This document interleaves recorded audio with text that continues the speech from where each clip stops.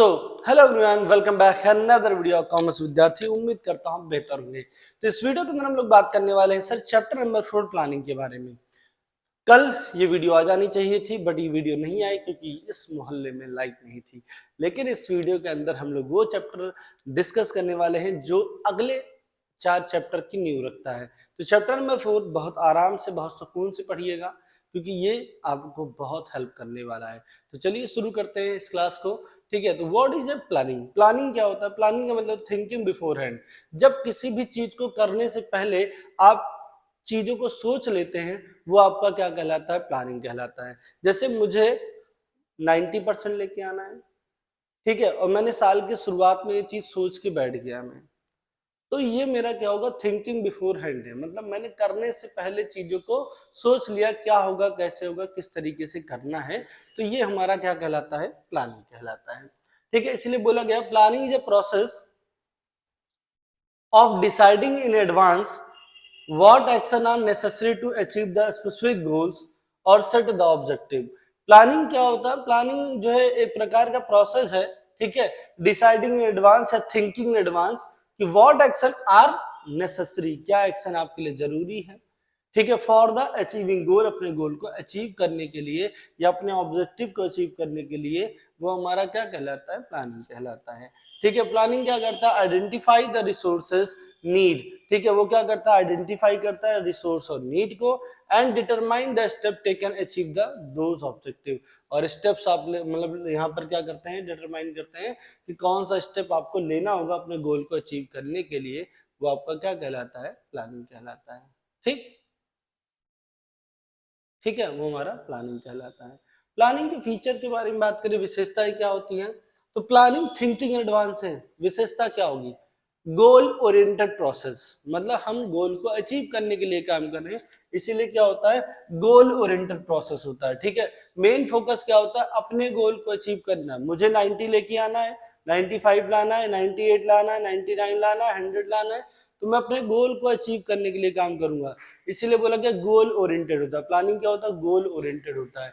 Planning is the focus on achieving a specific objective और गोल। ठीक है, मतलब प्लानिंग क्या करता है? फोकस्ड होता है, ठीक है, अपने गोल को अचीव करने के लिए। दूसरा फ्यूचरिस्टिक, फ्यूचर देखता है। फ्यूचर क्यों देखता है? थिंकिंग बिफोर हैंड, मतलब थिंकिंग इन एडवांस, करने से पहले चीजें आप सोच के बैठ जाते हो, वो आपका क्या होता है? फ्यूचरिस्टिक होता है। ठीक है, प्लानिंग इज अ फ्यूचरिस्टिक, जहां पर आप लुकिंग फॉर हेड, ठीक है, आप आगे का देखते हो, फ्यूचर का देख के आप प्लान कर रहे हो, तो इसलिए कहते हैं प्लानिंग क्या होता है? फ्यूचरिस्टिक होता है। Decision making in a process, decision making process होता है क्योंकि आपका प्लान ही आपके रिजल्ट पे इम्पैक्ट डालेगा। तो मतलब डिसीजन ही आपको बड़ा बनाता है। इसीलिए बोलते हैं कहां पर क्या डिसीजन लेना है, वो थ्रू द प्लान लिया जाता है। ठीक है, तो ये डिसीजन मेकिंग प्रोसेस होता है। ठीक है, क्योंकि आप अपने नीड, अपनी वांट के अकॉर्डिंग ही डिसीजन लोगे, अपने प्लान के अकॉर्डिंग आप डिसीजन लोगे।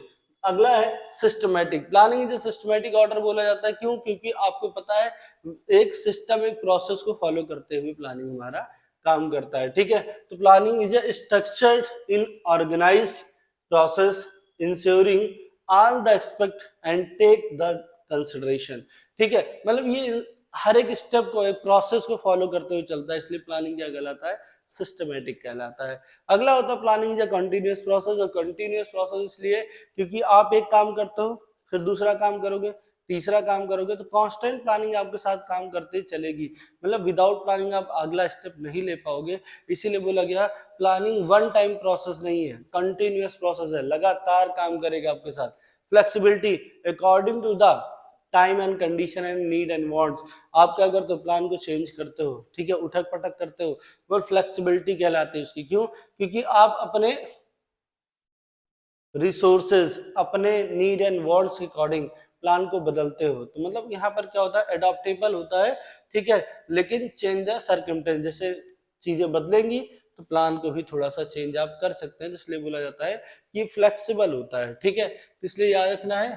ठीक, प्लानिंग के अंदर आपको 6 फीचर याद रखने हैं। पहला है गोल ओरिएंटेड प्रोसेस, दूसरा है फ्यूचरिस्टिक प्रोसेस, तीसरा है डिसीजन मेकिंग, चौथा आपका सिस्टमैटिक, पांचवा आपका कंटिन्यूअस प्रोसेस, छठवां आपको फ्लेक्सिबिलिटी याद रखनी है। ठीक है, तो 6 प्रोसेस है। ठीक है, ये आपको याद रखनी है। अगला है इंपॉर्टेंस ऑफ प्लानिंग। प्लानिंग के लिए महत्वपूर्ण क्या है, प्लानिंग महत्वपूर्ण क्यों है? तो प्लानिंग क्या करता है, पहला काम करता है प्रोवाइड अ डायरेक्शन। सबसे पहले प्लानिंग क्या देता है, डायरेक्शन प्रोवाइड करता है।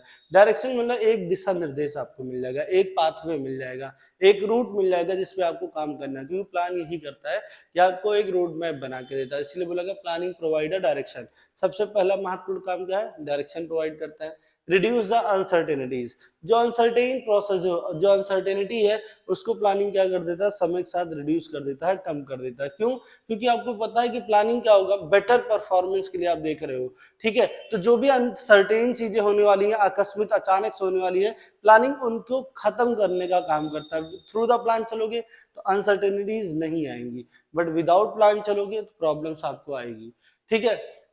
इम्प्रूव इफिशियंसी, ठीक है। प्लानिंग क्या करता है, आपकी इफिशियंसी, आपकी कुशलता को इम्प्रूव करता है, आपकी कार्यशैली को इम्प्रूव करता है, क्योंकि थ्रू द प्लान काम कर रहे हो तो चीजें इम्प्रोवाइज होंगी, समय के साथ इम्प्रूव होगी, ठीक है। लेकिन विदाउट प्लानिंग काम करोगे, विदाउट सिस्टमेटिक ऑर्डर काम करो तो इफिशियंसी नहीं बढ़ेगी, एक सिस्टमेटिक मैनर के अंदर आपको काम करना पड़ेगा, ठीक है।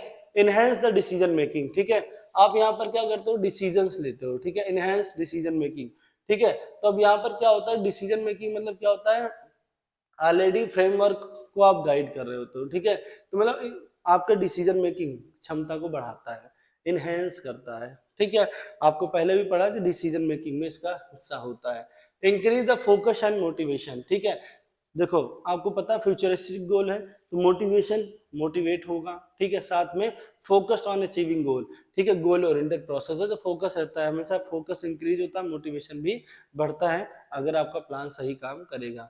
मेजरिंग द प्रोग्रेस, ठीक है, और हेल्प करता है कि आपके प्रोग्रेस को मेजर करने में कि आप कितना आगे बढ़ रहे हैं, ठीक। अगला आता है स्टेप या प्रोसेस हम लोग बोलते हैं, ठीक है। सवाल यहाँ से बन सकता है कि प्लानिंग का प्रोसेस बता दो या प्लानिंग का स्टेप बता दो, ठीक है। पहला है, ठीक है, पहला जो ऑब्जेक्टिव है हमारा, ठीक है, जो पहला है डिफाइन द गोल या ऑब्जेक्टिव, ठीक है। पहला स्टेप क्या है, हम लोग अपने गोल या ऑब्जेक्टिव की तरफ बढ़ते हैं, ठीक है। अगर बेसिक तौर पे बात करें, ठीक, तो क्लियर कट चीजें आपको यहाँ पर बता दी जाएगी, ठीक है, कि आपको what do you want to achieve, क्या आप अचीव करना चाहते हैं। तो यहाँ पर क्या होगा, सेटिंग ऑफ ऑब्जेक्टिव हम लोग बोलते हैं इसको, क्या बोलते हैं, सेटिंग ऑफ ऑब्जेक्टिव, जहां पर आप क्या करते हो, चीजों को सेट करते हो अपने गोल के अकॉर्डिंग, ठीक है। लॉन्ग टर्म शॉर्ट टर्म क्या होगा, सेटिंग ऑफ ऑब्जेक्टिव करते हो। Take a sure a goals for specific measurable achievable relevance and time bound, जिसे हम लोग स्मार्ट के नाम से जानते हैं, ठीक है। एस फॉर क्या होगा, स्पेसिफिक गोल के लिए काम कर रहे हो। एम फॉर मेजरेबल, जहां पर आप चीजों को मेजर करोगे। ए फॉर क्या होगा, ठीक है, अचीवेबल, जिसको आप अचीव कर पाए। आर फॉर रिलेवेंट और टी फॉर टाइम बाउंड्स, ठीक है। टाइम बाउंड के अंदर आपको काम करना होगा। दूसरा है, पहला हो गया आपका सेटिंग ऑफ ऑब्जेक्टिव, ठीक है, जहां पर अपने गोल को आप सेट करेंगे। दूसरा है आपका, ठीक है, डेवलपिंग प्रोमिसेस। डेवलपिंग प्रोमिसेस का मतलब क्या होता है, ये क्रिटिकल स्टेप होता है, ठीक है। आप जो भी, ठीक है, डिसीजन लोगे फ्यूचर के लिए तो एक फाउंडेशन आप रखते हो, foundation two of for the plan. Plan का जो फाउंडेशन होता है, बेस होता है, वो क्या करता है, डेवलप, ठीक है, डेवलपिंग प्रोमिसेस करता है, ठीक है। जो भी प्लान आप बना रहे हो उसका फाउंडेशन, उसकी नींव बनाने का काम करते हो। क्यों? क्योंकि आपको पता है कि आप क्या करोगे, आप जो भी प्रिपेयर करोगे, ठीक है, वो अपने शेड्यूल के अकॉर्डिंग प्रिपेयर करोगे, ठीक है। तो उसके अंदर वो सारी की सारी चीजें आप लेके चलोगे जो अनचेंजेबल है, मतलब जिसको आप बदल नहीं सकते हो, क्योंकि न्यू नहीं बदली जा सकती। बिल्डिंग बदलेंगे बट न्यू नहीं बदल सकते हैं। अगला है, उसमें से क्या करेंगे, identify the alternative course of action, ठीक है। आप आइडेंटिफाई करोगे अल्टरनेटिव कि बेस्ट क्या हो सकता है, बेस्ट क्या हो सकता है, बेस्ट क्या हो सकता है, ठीक है। तो आप क्या करते हो यहाँ पर, identify the alternative course of action, ठीक है। आप क्या करोगे, हमेशा अपने गोल को अचीव करने के लिए अल्टरनेटिव्स को भी खोजते हो, ठीक है। क्यों? क्योंकि आपको पता है कि आपको बेस्ट पाथवे लेके चलना है। मल्टीपल पाथवे अगर आपके पास है तो आप उनमें से बेस्ट लेके चलोगे, ठीक है। अगला है इवेल्युएटिंग द अल्टरनेटिव्स, ठीक है। जो आपने आइडेंटिफाई किया उस अल्टरनेटिव को इवेल्युएट करो कि इसमें से मेरे लिए बेहतर क्या होगा। जैसे कई यूट्यूबर से पढ़ा, अब उसमें से बेहतर आपके लिए कौन हो सकता है, आपको वो देखना है। तो इवेल्युएटिंग द अल्टरनेटिव, आपको अल्टरनेटिव को इवेल्युएट करना होगा कौन आपके लिए बेस्ट होगा। और उसके बाद क्या करेंगे, सेलेक्टिंग द अल्टरनेटिव, आप अल्टरनेटिव को सेलेक्ट करेंगे, ठीक है, कि कौन आपके साथ काम कर सकता है, बेस्ट अल्टरनेटिव कौन आपके लिए होगा। ठीक है, तो ये हमारा क्या कहलाता है, सेलेक्टिंग अल्टरनेटिव। ठीक, तो 3 अल्टरनेटिव याद रखना है। पहला क्या है, पहला अल्टरनेटिव आपका क्या है कि ठीक आपको पता है आइडेंटिफाई करना होगा अल्टरनेटिव को, दूसरा उनमें से इवैल्यूएशन करना होगा, और तीसरा अल्टरनेटिव याद रखना है सेलेक्टिंग द अल्टरनेटिव। तीसरा आप सेलेक्ट करेंगे, चौथा इम्प्लीमेंट द प्लान, प्लान को इम्प्लीमेंट करेंगे, लागू करेंगे कि अब हम putting the selection of the, ठीक है, सेलेक्टिंग द अल्टरनेटिव, जो अल्टरनेटिव ने सेलेक्ट किया है उसको पुट करेंगे, एग्जीक्यूट करेंगे अपने प्लान को, इम्प्लीमेंट द प्लान और फॉलो अप एक्शन। ठीक है, तो आपको यहाँ पर याद रखना है सेटिंग ऑफ ऑब्जेक्टिव, दूसरा डेवलपिंग प्रोमिसेस, तीसरा 3 अल्टरनेट, पहले क्या होगा, ठीक है, अल्टरनेटिव, फिर इवेलुएट अल्टरनेटिव, फिर सेलेक्टिंग द बेस्ट अल्टरनेटिव, फिर आप क्या करेंगे sir, implementing the plan and follow up action. ठीक, तो ये 6 स्टेप आपको याद रखने हैं। ठीक है, यही 6 स्टेप पे आपका काम चल जाएगा। ठीक, लिमिटेशन से सवाल अक्सर पूछा जाता है, तो लिमिटेशन में क्या होता है, planning is a consuming process, अपने अकॉर्डिंग लिख सकते हो। प्लानिंग क्या है, कंज्यूमिंग प्रोसेस है। क्यों कंज्यूमिंग प्रोसेस है, क्योंकि आप जो भी चीजें करते हो सोच समझ के करते हो, एक प्रोसेस सिस्टम में आके करते हो, तो इसलिए कंज्यूमिंग प्रोसेस है, टाइम टेकन प्रोसेस है। ठीक है, तो कंज्यूमिंग प्रोसेस है क्योंकि समय यहाँ पर लगता है। ठीक है, चीजों को क्रिएट करने में समय आपका लगता है। ठीक है, रिजिडिटी का मतलब क्या होता है, अगला है रिजिडिटी, मतलब आप जो भी प्लान बनाते हो can be flexible, may not be adopted as well as unexpected changes. जैसे डायनेमिक चेंजेस या डायनेमिक जो चेंजेस आ रहे हैं, ठीक है, उसमें थोड़ा सा प्लान को चेंज करना कठिन हो जाता है, इसलिए बोला रिजिडिटी होती है कि आसानी से चीजें चेंज नहीं हो पाती। जैसे आपने प्रिपेयर किया, ठीक है, ठीक है, एग्जाम प्रिपरेशन आपने शेड्यूल किया, may be fail unexpected in the holiday और हेल्थ इश्यूज अराइजेस। तो आप ये क्या होता है, अनएक्सपेक्टेड चीज है जो आपके साथ है, मतलब साथ में आपके घटनाएं घट जाए। कॉस्टली प्रोसेस होता है क्योंकि आपको पता है प्लान करके काम करोगे, ठीक है, तो कॉस्टली प्रोसेस है, क्यों, टाइम कंज्यूमिंग एंड कॉस्टली दोनों होता है। ठीक है, पैसा भी लगता है और चीजों बजट के अकॉर्डिंग चीजें चलती हैं यहाँ पर। ठीक, आगे है एक्यूरेट फॉरकास्टेड। ठीक है, तो यहाँ पर क्या होता है, प्लानिंग जो होता है, ठीक है, वो रिलाई करता है, ठीक, जो भी हमारे एजम्पशंस हैं, ठीक है, वो उनको हमेशा एक्यूरेट प्रोसेस पे काम करता है, मतलब 100% एक्यूरेसी चाहिए होती है, इसीलिए प्लानिंग को हम लोग फ्यूचरिस्टिक बोलते हैं। लेकिन अनसीन अनफॉरसीन इवेंट्स आ जाते हैं जिनकी वजह से हमको मेनी प्रॉब्लम्स फेस करनी पड़ती है। Planning does not guarantee to success, planning guarantee बिल्कुल नहीं लेता है कि हमेशा सक्सेसफुल ही हो जाएगा। प्लानिंग डज नॉट गारंटी मतलब टू सक्सेस, तो ये नहीं है कि हर प्लान आपका सक्सेसफुल हो सकता है। ठीक है, हो सकता है कि आपके अकॉर्डिंग प्लान बेहतर काम करे, हो सकता है ना बेहतर काम करे, हो सकता है आपके गोल को पूरा कर दे, हो सकता है ना पूरा कर पाए। तो planning does not guarantee success, कोई भी प्लान ये नहीं होता गारंटी लेता कि आप कंप्लीटली सक्सेसफुल हो जाएंगे। ठीक है, रिजल्ट आ सकते हैं, नहीं भी आ सकता है। ठीक, तो ये हमारे कुछ लिमिटेशन थी। ठीक है, जैसे costly process, time consuming process, ठीक है, रिजिडिटी हो गया, ठीक है, एक्यूरेट फॉरकास्ट हो गया, ठीक है, the planning does not guarantee to success हो गया। तो ये सारे के सारे हमारे लिमिटेशन थी, कमियां थी ये सब। ठीक, टाइप्स ऑफ प्लान देखो, 2 तरीके प्लान होता है, single use plan, standing plan. Single use plan किसी भी स्पेसिफिक ऑब्जेक्टिव के लिए बनाया जाता है। जैसे फॉर एग्जांपल आपकी शादी है, आपकी बहन की शादी है, ठीक है, तो वहां पर क्या होगा, एक स्पेसिफिक प्लान बनेगा कि इस पूरे फील्ड में टेंट लगना है। ठीक है, ये टेंट एक ही बार लगेगा, बार बार नहीं लगने वाला है।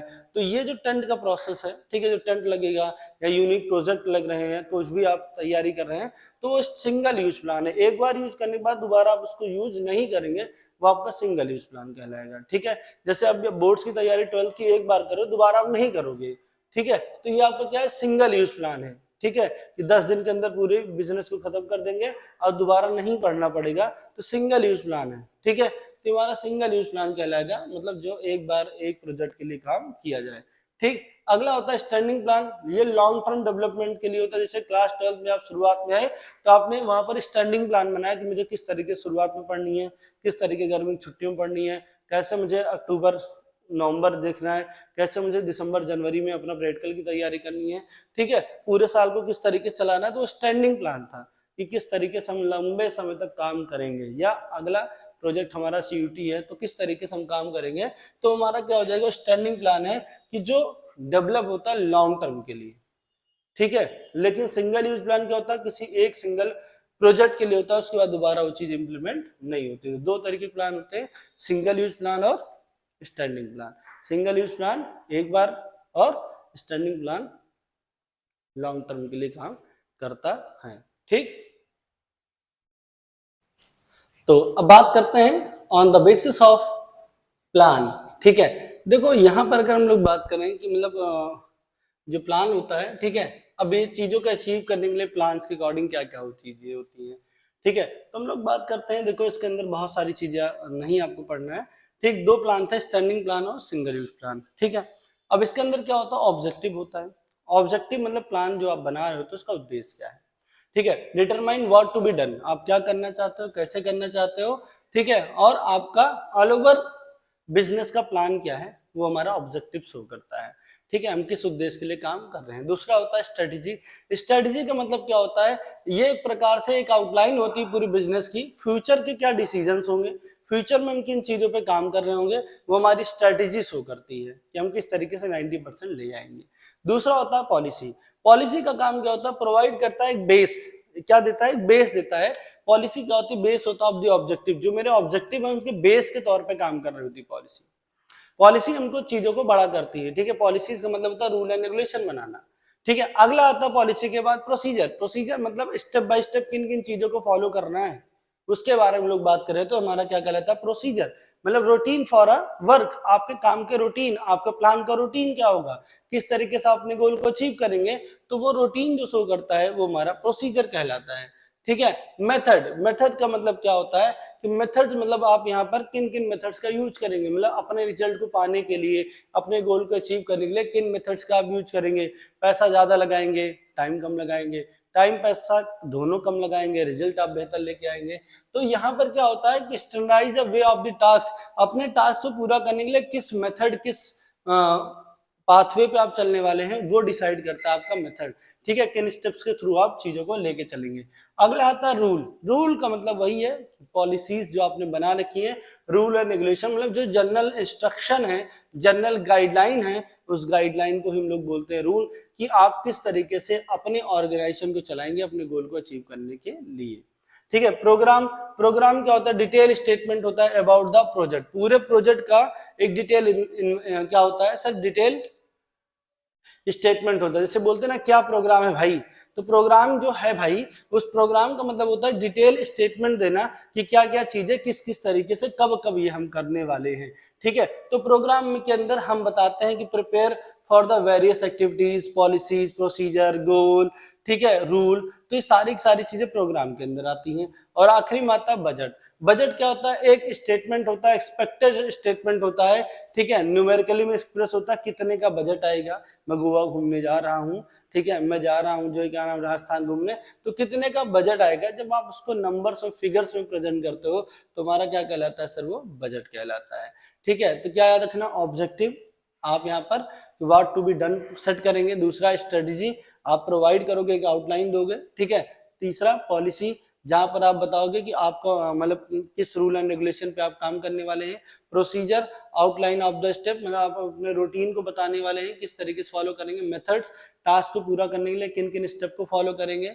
रूल्स, जनरल गाइडलाइन के बारे में बताता है। प्रोग्राम पूरा डिटेल इन्वेस्टमेंट बताता है, डिटेल स्टेटमेंट देता है, प्रोसीजर, मेथड, रूल, रेगुलेशन सबको लेके, ठीक है। और बजट क्या होता है, एक न्यूमेरिकल एक्सपेक्टेड डेटा होता है जिसके थ्रू हम बताते हैं कि कितने तक का पैसा लग सकता है, ठीक है। तो ये कुछ हमारे प्लानिंग के अंदर चीजें थी, ठीक है।